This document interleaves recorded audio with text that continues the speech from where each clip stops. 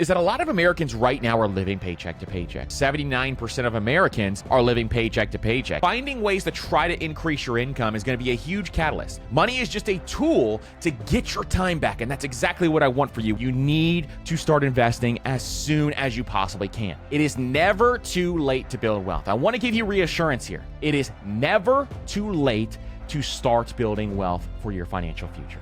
It is never too late.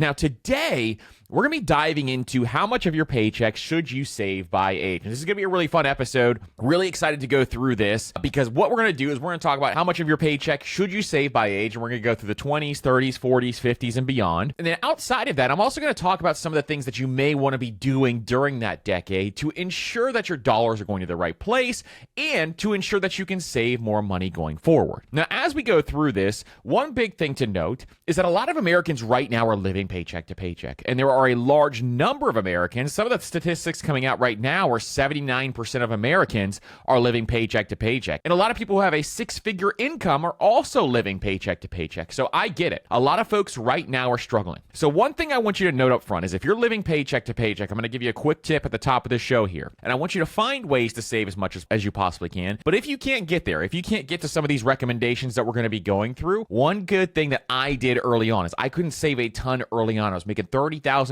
per year in my first entry-level job when I was younger. And what I did was I increased my savings rate by 1% every single month. And so when I did that, it wasn't as painful for me to gradually increase that savings rate over time. And so this allowed me to actually adjust so that I could reach that savings rate. But in addition, it also allowed me to ensure that I'm doing this gradually so it's not this big, huge event that I have to go through and really readjust my finances. So I felt the pain of saving more or less by making that adjustment. Now, one other thing to note off the top is your income is going to really matter here when it comes to being able to save more money. Now, I'm sure some of you are tired of hearing something like that, where everybody out there is going to tell you income is a major factor when it comes to your personal finances. But I have never seen anything else that can really impact your finances more than learning how to increase your income. So if you can go out there and build specific skills to increase your income, negotiate your salary and try to get a raise, but finding ways to try to increase your income is going to be a huge catalyst. Your income is the way to reach financial independence faster, because what that means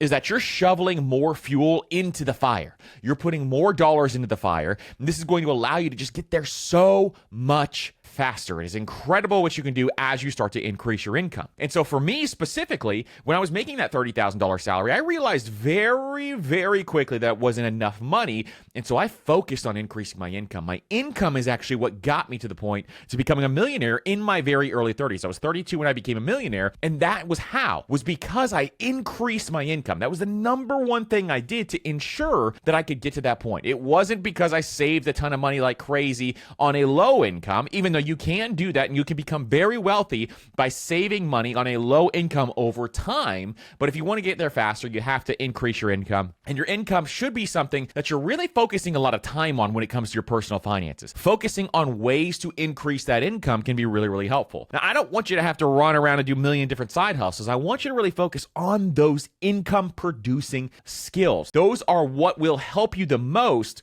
going forward. So I think that's very important to kind of go through as we talk about this. Now, there are a lot of statistics we can go through. The majority of Americans don't even have $1,000 saved up. They can't even take care of a $1,000 emergency. Most people listening to this podcast, if you've been listening to this podcast for some time, you're going to have an emergency fund built up because you know how important that is. We talk about it so much on this show, but the majority of Americans don't save money, and the majority of Americans don't have a financial plan. And so when you don't have a plan when you save money, all of a sudden that money is going to go away. So that is one of the bigger things that you want to do up front, is making sure you have that financial plan. It's really important to do this. And a lot of times, if you have no goal on what you're saving for, what I would recommend is figuring out what your freedom number is. And to figure out what your freedom number is, you take how much you want to spend in retirement and multiply that by 25. And what that's going to get you to is a number that's going to allow you, once you hit that number invested in your retirement accounts or invested in your brokerage account, you can draw down 4% of that number every single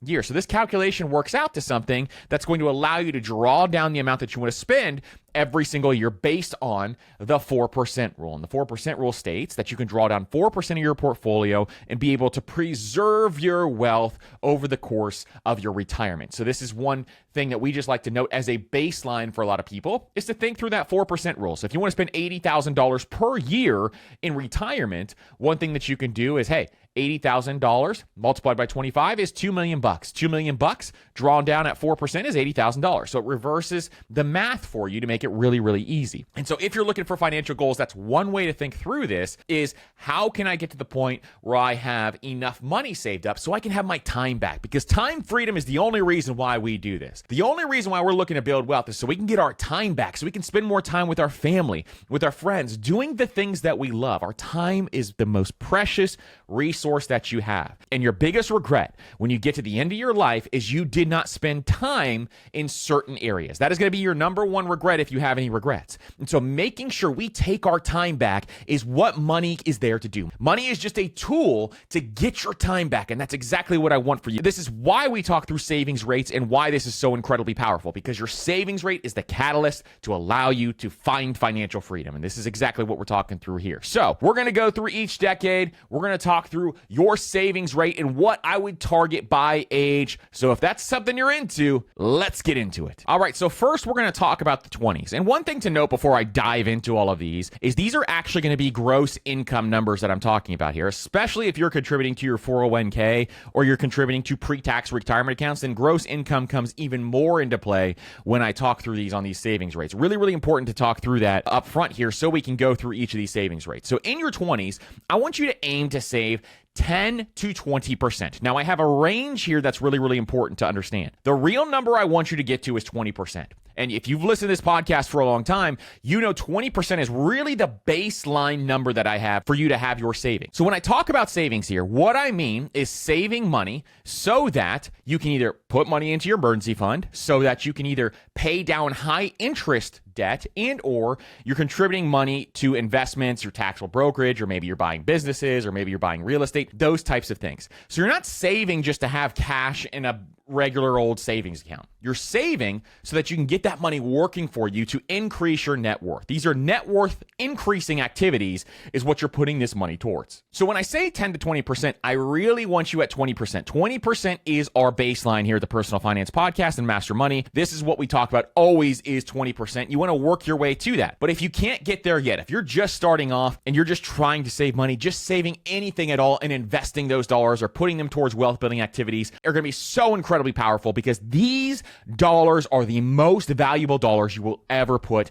in your retirement accounts. They are so incredibly valuable, and they can compound so much more than somebody who starts later in their 30s. If you're in your 20s and you're listening to this, you haven't started investing yet, you need to start investing as soon as you possibly can, because these dollars are so incredibly powerful. So one thing I would note is if you're trying to get to that 10 to 20%, first of all, remember what I said at the top of the show. Make sure that if you can't get there yet, you start to increase it gradually over the next few months. So if you want to increase from 10% to 20% over the next 10 months, what you can do is increase your savings rate by 1%. So it's not so painful. And in between that time, it also gives you time to figure out ways to possibly increase your income so that you can save more money. And so number one, what I would do is automate this savings. I want you to take your willpower out of the equation when it comes to saving money. And automation is the only way to do that. So the way that you can set this up is that every single time that you get paid, you're going to automate dollars exactly where they need to go. So your 401k, if you think about it,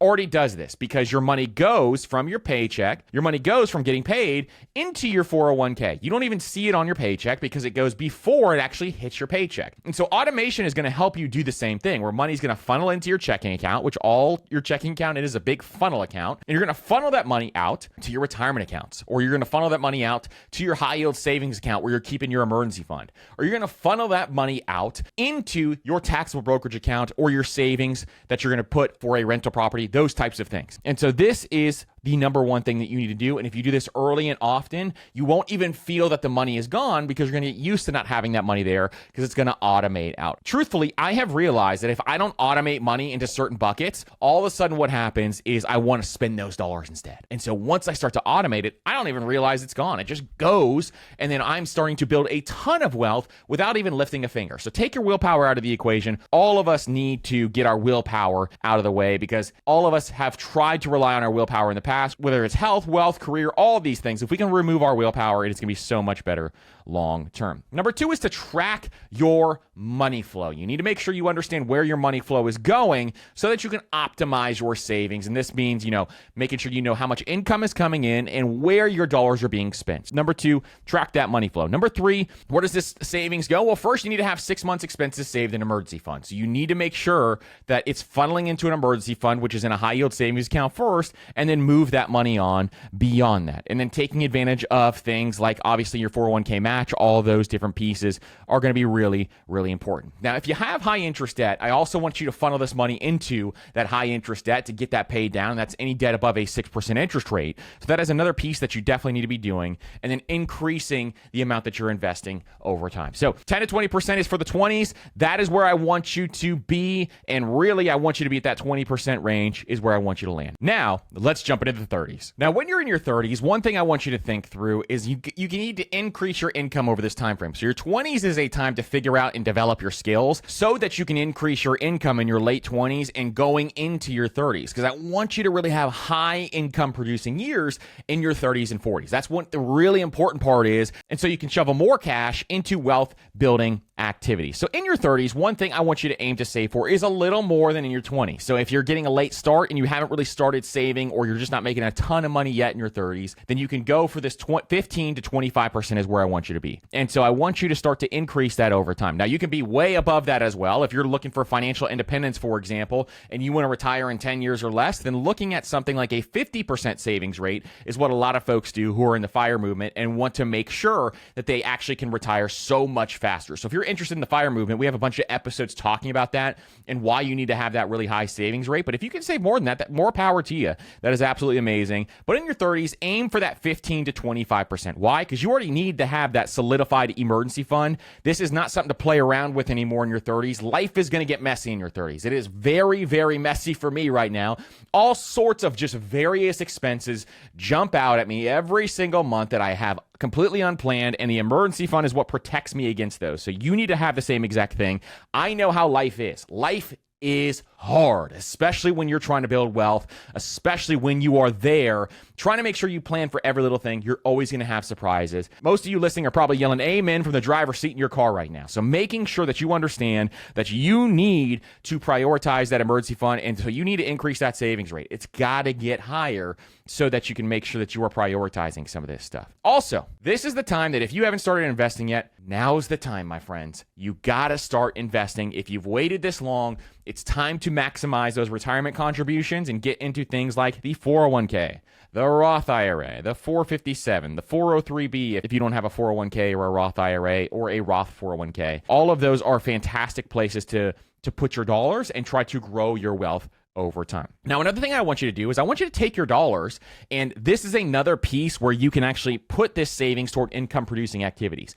I want you to invest in yourself. And one big thing that a lot of people don't do is they don't invest their money in things that will actually help them produce more money. And so investing in yourself would be either, taking courses out there that would help you make more money. Maybe they are things like going to conferences that are going to help you network with more people who can introduce you to more people and more business deals. Maybe it is investing your dollars into certifications within your field that will increase your income. For example, if you're a nurse and you want to become a nurse practitioner, you can make a lot more money becoming a practitioner than just a nurse. And so maybe you want to invest your dollars in some additional education so that you can increase your income. That investment is going to be worth its weight in gold. And so these are the types of things that I want you to think through, especially in your 30s. If you're like, I just keep hitting a wall, I cannot get ahead, I'm in my 30s now, I'm so stressed out, I feel like everybody else is getting ahead of me, what do I need to do? Well, listen, This is not your fault. I want you to know that, number one. And number two, like I said, life is hard right now. So thinking through, what can I do myself? What are the things that I can focus on, the things that I can actually control so that I can increase my income? Well, those income producing activities and investing in yourself is definitely something you can do. You can read books if you don't have a ton of money. You can go to the library and start to look for income producing skills and books on things like that at the library. These are things like negotiation. These are things like sales skills. All of these can be learned in books. And so if you don't have a ton of money, you can invest your time and your energy by reading books. Also, if you have this savings rate and you are, planning for a family, some things that you can do is put them towards 529 plans for your kids' college, as long as you're taking care of your retirement first. You could do things like investing those dollars in financial planning. Always have term and life insurance if you have people who depend on your income. And a lot of those things are just really, really important to make sure that you understand.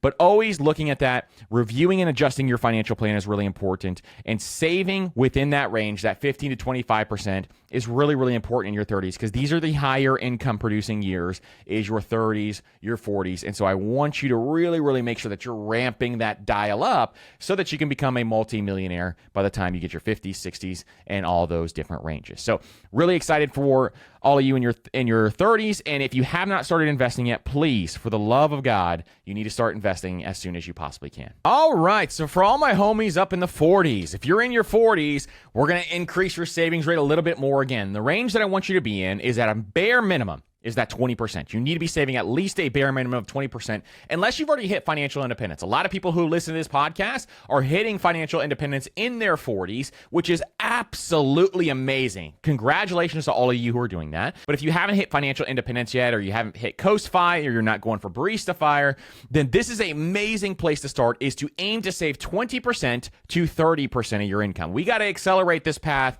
as fast as we possibly can, especially in your 40s, because I want you to reach retirement either early or at a traditional retirement age. And so in order to do that, we need to make sure that we are saving more of our dollars over time, and your savings rate is what is going to change your trajectory in the path and the speed at which you can retire. And so making sure we increase this number is really, really important. We need to be trying to max out our retirement contributions. That is one big one. So the 401k, we need to try to get more money into the 401k, and we need to try to get that 401k max. In addition, maxing out those Roth accounts is really, really important. If you have money left over, you can go to things like the HSA, you can go to things like the taxable brokerage account. All of those are fantastic. And really focusing on that health savings is a great time. If you've never started an HSA or even thought through that process, now is a great time to start that in your 40s, because obviously your healthcare bills are going to rise as you age. And so making sure you are starting to invest some dollars in your HSA, and that HSA is growing over time. It has triple tax benefits. So there's amazing stuff that you can do there. But putting dollars into your health savings account is going to really, really help you over time, so that you can ensure, hey, I have forced savings for healthcare. And if I don't use this money in the future, it just turns into a traditional IRA essentially. And so the rules are very similar to like a 401k or a traditional IRA. So it is a great way to save for healthcare expenses. If you don't use it, it turns into a retirement account. So there's really cool stuff that you can utilize there as well. Also, this is a great time to really streamline your expenses. Sometimes in our 30s, things get really messy. Maybe we fall prey to things like keeping up with the Joneses. Maybe your neighbor next door in your 30s got a brand new SUV to drive around town. So you want the brand new SUV to drive around town. Well, instead, maybe we look through our expenses and we cut all the unnecessary stuff so that we can ride around lean in our 40s to ensure that we can retire faster. So if you're struggling to save money, really look at your expenses and look at it with an open mind and see, where am I spending dollars that just don't make sense, that I don't value? Do I walk into Target every single time looking for one thing and then I walk out with $200 every time? Is that something that I do over and over again? Well, maybe I need to put together financial discipline.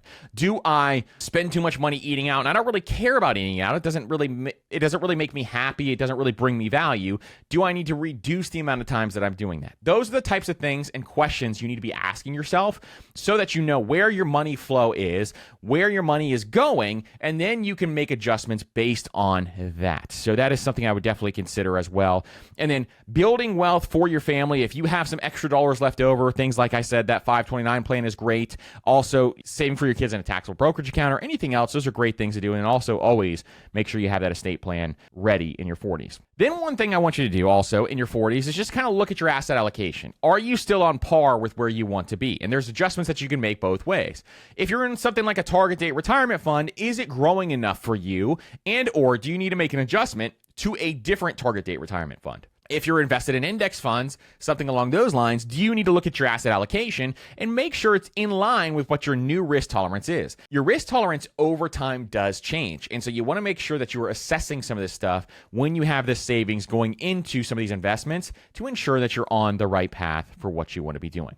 Now, let's jump into the 50s. All right, so in your 50s, there are some cool things that you get to do that everybody else in the other age ranges do not get to do. So number one is I want you to save that 20 to 30% plus in your 50s, especially if you're trying to catch up here. I want you to really accelerate the amount that you're saving. You need to get lean, and you need to make sure that you're saving enough in order to be able to retire at a traditional retirement age. So one thing I want you to do is utilize those catch-up contributions when it comes to retirement accounts. So if you didn't know, if you're age 50 or older, you can go and utilize catch-up contributions in your retirement accounts. So this means that you can contribute more money in these retirement accounts than a traditional person can. So for example, the Roth IRA max out at the time of recording this is $7,000. And so the catch-up contribution for this year at the time of recording this is another $1,000. So if you're over the age of 50, you can put an extra $1,000 into that Roth IRA. And so this is a great thing to utilize, especially if you're over the age of 50. Also, I want you to kind of assess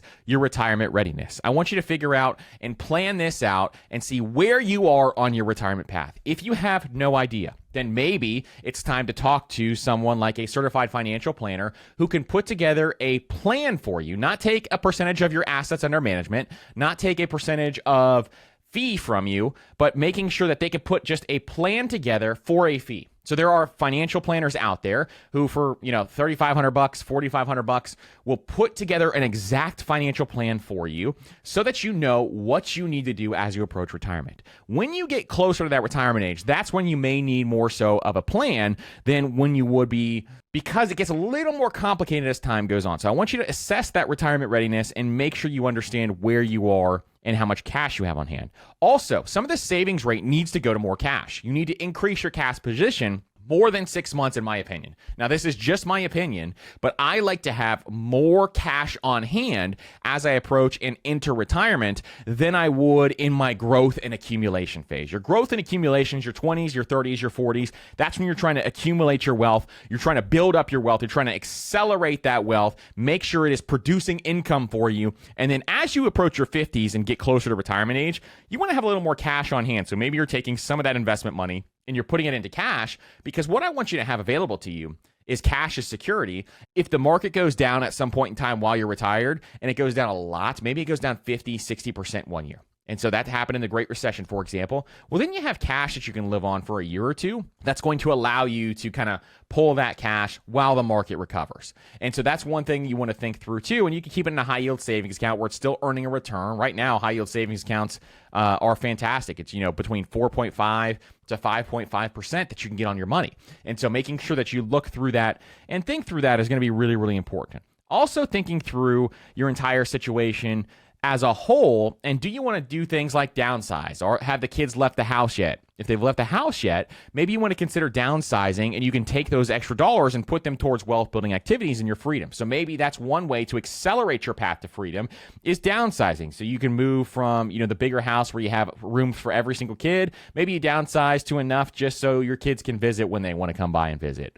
And so you take that, you sell the house, you take those extra dollars and you put them towards things that you actually value. And you could sell that house to millennials who are having a really hard time finding supply right now out there. So that's another great option for you if you're trying to accelerate that path and you really value that time freedom. Also, see where Social Security is going to factor into your retirement plan. So your savings rate is there, but maybe you're closer than you think because you haven't factored in Social Security and how much you're actually going to be making with Social Security. And so that's another thing that I want you to assess as you go through this, because maybe you're already at the point in time where if you want to work 5 more years, you might already be coast fire and be close enough to getting there. And then Social Security is actually going to take you over that hump. So make sure you evaluate that as well. And then also making sure that you look at healthcare planning. And healthcare planning is going to be a big, big piece to this. We talked about, increasing your HSA contributions if you haven't already in your 20s and 30s, in your 40s, and making sure you do that. Well, in your 50s, you definitely want to make sure that you're doing that and have that healthcare plan in place. And then also see if there's any alternative assets that you're interested in investing in. If you have a little cash left over,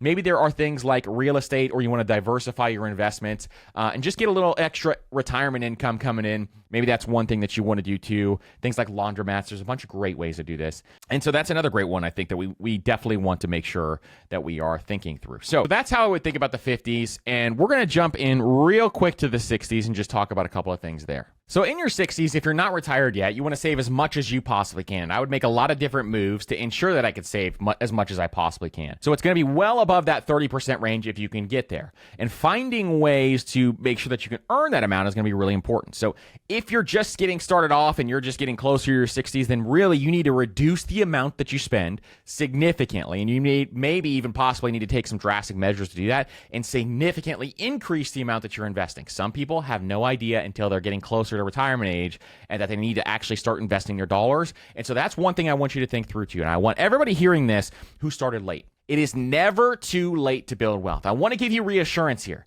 because so many people say to themselves, well, it's just too late. I'm going to give up. I'm not going to do this. If you're watching on YouTube, look me in the eyes. It is never too late to start building wealth for your financial future. It is never too late. Yes, time is the biggest factor overall. But there are so many examples of people who started late that still were able to accomplish a great retirement. So I want you to make sure that you buckle down, you think through what you want to do here, you put together a real plan. This plan really needs to be dialed down, but I know you can do it. And I just want to say that to the folks who are in their 60s. So going through all the things in your 50s, your Social Security, making sure you have estate planning, thinking about your health insurance, all that stuff matters. But really, I want you to know that it is never too late. And I want you to think through, how can I do this? How can I save some of this extra money and pair it with Social Security to ensure that I can retire? And so that's some really important stuff as well. And then putting these dollars into things that you think will help you overall based on your risk tolerance is going to be really, really important. Well, listen, thank you guys so much for listening to this episode. I cannot thank you guys enough for investing in yourself because that's exactly what you're doing by spending time with us here today. I appreciate every single one of you, and we want to bring you as much value as possible. So if you guys have suggestions on episodes that you want me to create, send them in to me via email, and I will work my hardest to make sure that we can create those episodes for you. Because a lot of times we put these episodes together and we're really excited to talk about these topics, but sometimes I want to make sure that we are actually bringing you value as well, and we're bringing you the value that you want when you listen to this show. So make sure you reach out to me. I love when you guys reach out to me, and I will work as hard as I can to make those episodes for you. And if not, we'll put them in a money Q&A and make sure we can at least get your question answered for you as well. So thank you guys so much for listening to this episode. I hope you have a great rest of your week, and we will see you on the next episode.